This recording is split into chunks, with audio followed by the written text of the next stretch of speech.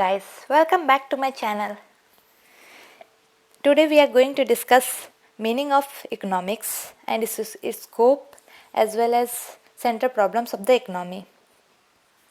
तो economics word कहाँ से आया है? इकोनॉमिक वर्ड सबसे पहले ग्रीक वर्ड से आया है जिसका मतलब होता है होम मैनेजमेंट। तो इकोनॉमिक्स वर्ड को सबसे पहले डॉक्टर मार्शल ने यूज़ किया था इन इस famous book principles of management economics.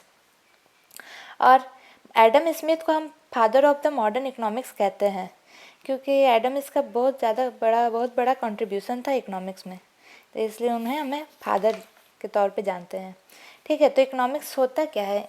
अगर अकॉर्डिंग टू रॉबिन्स इकोनॉमिक्स को ऐसे डिफाइन किया गया, economics is the science which studies human behaviour as a relationship between end and scarce means which have alternative uses. तो simple language में हम इसे बोल सकते हैं कि the practical science of production, distribution and wealth is known as economics. It is the study of how people produce and spend their money. तो economics बस इतना ही है कि जैसे पीपल कैसे प्रोड्यूस करते हैं और कैसे इनकम को अपने स्पेंड करते हैं, तो इकोनॉमिक्स वही होता है। ओके, तो अब नेचर इसका क्या क्या हो गया? तो नेचर इस स्लाइड में मैंने सिर्फ पॉइंट में दे दिया, आप देख लो एक बार। आर्ट एंड साइंस, उसको इकोनॉमिक्स को आर्ट भी एज ए साइंस भी बोला जाता है। उसके बाद हो गया माइक्रो इकोनॉमिक्स, माइक्रो इकोनॉमिक्स भी बोलते हैं इसको। Micro economics, macro economics. Micro economics individual level पे स्टडी होता है, मैक्रो इकोनॉमिक्स वाइडर लेवल पे स्टडी होता है। फिर मल्टी डिसिप्लिनरी, मतलब ये एक दूसरे टॉपिक से लिंक्ड रहता है, इंटरडिसिप्लिनरी हो गया, ये इंडिपेंडेंट नहीं है। इसको अगर हमको पढ़ना है तो साथ में अलग अलग टॉपिक्स को लेके भी हमें पढ़ना पड़ेगा, उसके बारे में भी नॉलेज होनी चाहिए। Prescriptive, normative, discipline after that. तो नॉर्मेटिव, कोई भी चीज़ नॉर्मेटिव मतलब हो जाए कि ऐसा स्टेटमेंट जहाँ पे आप जजमेंट पास कर सके कि हाँ वाई इट शुड हैपन, जहाँ पे कोई डिसीजन ले सके, मोरल जजमेंट्स हम ले सके। ठीक है, फिर हो गया मैनेजमेंट ओरिएंटेड। तो इकोनॉमिक्स का मतलब जैसे हम देखे थे पहले भी, होम मैनेजमेंट हो गया, तो मैनेजमेंट से रिलेटेड रहता है ये। कहीं ना कहीं हमें सब चीज़ों को मैनेज करना पड़ता है कि हम अपने रिसोर्सेज को कैसे मैनेज करें, कैसे ऑप्टिमम यूटिलाइज करें कि उसका हमें बेनिफिट मिल सके। फिर हो गया प्रैग्मेटिक, मतलब प्रैक्टिकल लाइफ से रिलेटेड हो गया। ठीक है, तो प्रैक्टिकल। तो आइए फिर नेक्स्ट स्लाइड में हम देखते हैं, उसमें भी वही सब चीज़ को डिस्क्राइब किया गया है, एक बार आप देख लीजिए। Close to micro economics, micro economics मैंने बता ही दिया, वो इंडिविजुअल लेवल पे होता है। After that macro economics, backdrop of macro economics हो गया कि macro economics condition of the economy are also seen as limiting factors for a firm to operate, मतलब इंडस्ट्रियल पॉलिसी, इन्फ्लेशन हो गया, ये हो गया वाइडर लेवल पे इसका इफेक्ट होगा सारे फर्म्स के लिए, ना कि एक पर्टिकुलर फर्म के लिए।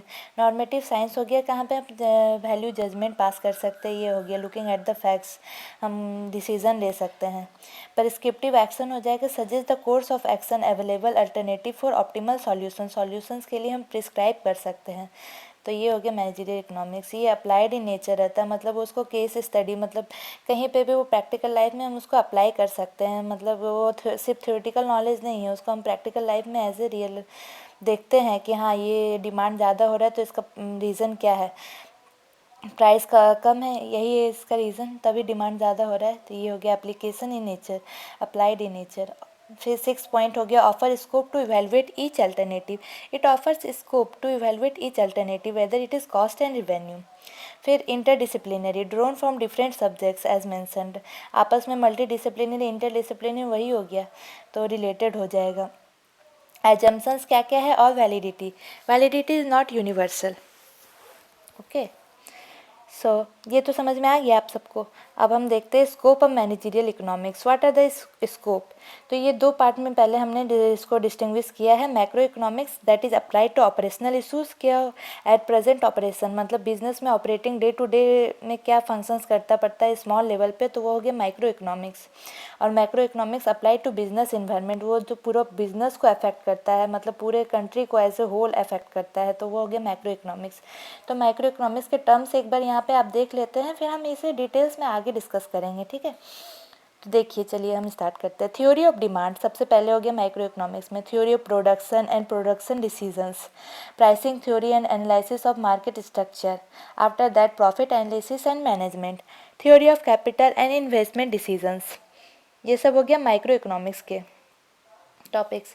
अब हो गया मैक्रो इकोनॉमिक्स में क्या क्या आ जाएगा, जैसे इकोनॉमिक इन्वायरमेंट हो गया, सोशल इन्वायरमेंट, पॉलिटिकल इन्वायरमेंट। तो हम देख सकते हैं कि ये सब का इम्पैक्ट कितना ज़्यादा होगा बिजनेस पे, कोई भी बिजनेस या कोई भी फर्म पे इसका इम्पैक्ट काफ़ी ज़्यादा होगा, माइक्रो से तो ज़्यादा होगा, तो वो मैक्रो हो गया। ठीक, अब हम नेक्स्ट टॉपिक में मूव ऑन करते हैं, that is scarcity of goods and resources. Scarcity मतलब क्या होता है? स्कैरसिटी का सिंपल मीनिंग होता है शॉर्टेज ऑफ सर्टेन कमोडिटी, लेकिन इकोनॉमिक्स के पॉइंट ऑफ व्यू से इसका मीनिंग डिफरेंट हो जाता है। Like demand of resources is greater than supply of resources, तब स्कैरसिटी आता है। तो जहाँ पे स्कैरसिटी होगा तो वहाँ पे हमें चॉइस करना पड़ेगा, और जब हम चॉइस करना पड़ेगा, जो चॉइस करने में हमको जो प्रॉब्लम आती है, जो दिक्कत आती है, उसी को इकोनॉमिक प्रॉब्लम कहते हैं। The problem of making a choice is called an economic problem. जैसे कि हम जानते हैं हमारे पास 10 रुपया है, लेकिन हम उसमें कॉपी भी खरीदना चाहते हैं, एक पेन भी खरीदना चाहते हैं, चॉकलेट भी खरीदना चाहते हैं और एक पेंसिल भी। तो हमें कहीं ना कहीं ये सोच समझ के डिसीज़न लेना पड़ेगा। तो यहाँ पे हमें प्रॉब्लम ऑफ मेकिंग चॉइस हो जाएगा। तो ये होगी इकोनॉमिक प्रॉब्लम, क्योंकि रिसोर्सेज मेरे पास तो लिमिटेड है 10 रुपया, लेकिन मेरे वांट्स अनलिमिटेड होते जा रहे हैं। मेरे पास वांट्स में 4 चीज़ आ गई, कॉपी, पेन, चॉकलेट, पेंसिल।